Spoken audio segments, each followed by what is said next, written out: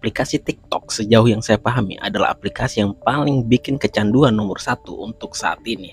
Bagaimana kita disuguhkan oleh video-video pendek yang sangat beragam dan sangat variatif.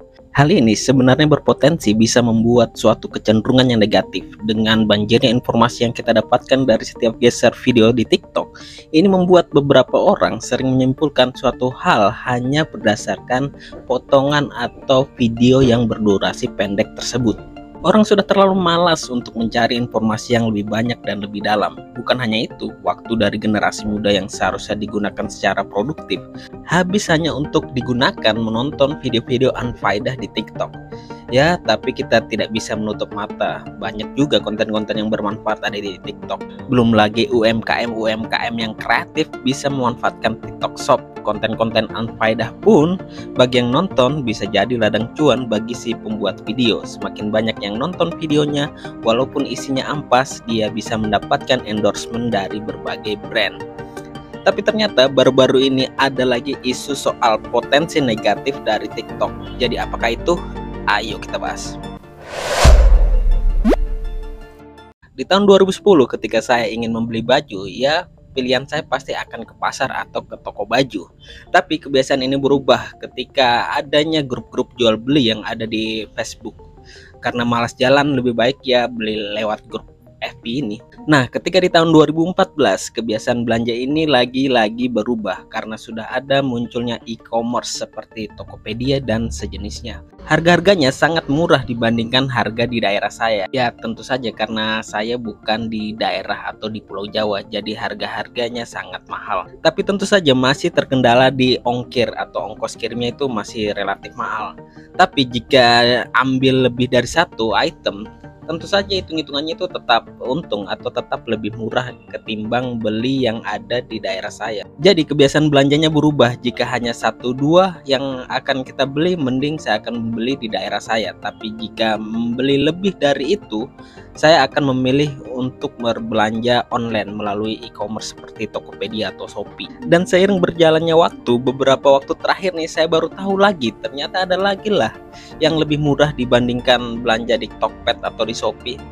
Orang mengatakan belanja di TikTok lah, ternyata bisa belanja di TikTok. Saya baru tahu ternyata ada TikTok Shop yang dianggap harga barangnya yang dijual itu lebih murah dan banyak sekali potongan ongkir. Akhirnya saya menemukan satu hal bagus lagi dari TikTok. Ini bisa membantu masyarakat memutar roda ekonomi. Tapi kenapa hal yang bisa membantu penjualan UMKM ini malah jadi polemik? Ternyata semakin berubahnya kebiasaan masyarakat belanja di TikTok, ini mengancam UMKM yang tidak bisa bermain secara digital. Orang yang tadinya belanja di toko sekarang jadi ke TikTok. UMKM yang menjual masih menggunakan cara tradisional akan terancam tergerus dan mati. Ya, tapi kan ini masalah konsekuensi saja. Jika tidak mau ikut masuk ke dunia digital, ya jangan salahkan kalau Anda akan tergerus dan mati. Padahal kelebihan UMKM itu dibandingkan perusahaan besar ya, mereka itu bisa lebih fleksibel. Jadi harusnya selalu bisa mengikuti perkembangan zaman. Jadi kalau kamu tidak mengikuti perkembangan zaman, ya siap-siap saja tergerus dan mati. Tapi ternyata bukan hanya itu yang membuat ini jadi polemik. Ternyata mayoritas barang yang terjual di TikTok Shop adalah barang impor. Dan yang paling banyak adalah barang dari Cina. Dan inilah ancaman yang bisa membunuh UMKM lokal. Jika Indonesia dibanjiri barang dari Cina, UMKM lokal tidak akan bisa bersaing dengan barang-barang murah tersebut. Belum lagi karena penjualannya dengan media TikTok Shop. Kita tahu TikTok kan ini aplikasi dari Cina ya, perusahaan Cina yang bernama ByteDance. Tentu saja ada potensi mereka bisa mengatur algoritma untuk bisa memilih produk mana saja yang akan dinaikkan. Jika ini terjadi, semua produk yang terpilih naik secara algoritma akan berpotensi penjualannya paling banyak. Ya, secara logikanya jika mereka yang punya aplikasinya, tentu barang-barang dari mereka lah yang dinaikkan. Itu logika sederhananya. Bahkan ada project dari TikTok yang bernama Project S. Ini lebih mengerikan lagi. Bayangkan data dari semua penjualan yang ada di Indonesia itu akan dicari barang-barang apa saja yang paling laris, terus dibikin di Cina, tentu saja dengan harga murah, dan akan dijual langsung oleh perusahaan-perusahaan Cina tersebut di Indonesia melalui TikTok Shop ini. Kalau ini jadi pasti kelar itu UMKM lokal. Tapi pihak TikTok sendiri sudah mengkonfirmasi bahwa proyek ini tidak akan dijalankan di Indonesia.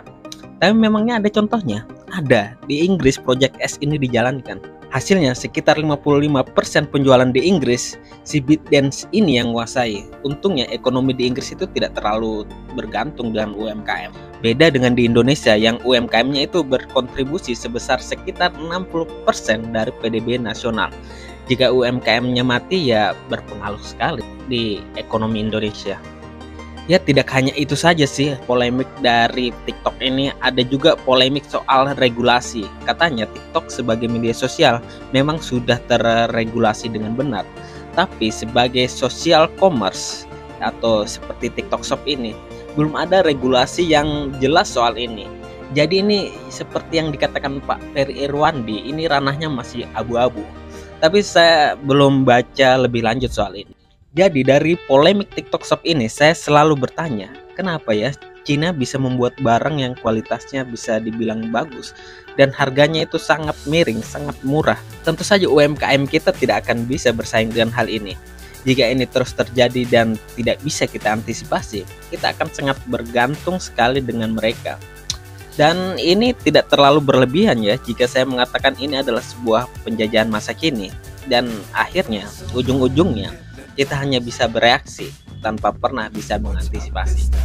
Oke, sekian saja video kali ini. Jika ada yang punya kritikan atau masukan silahkan tulis di komentar. Dan sekian, terima kasih, dadah.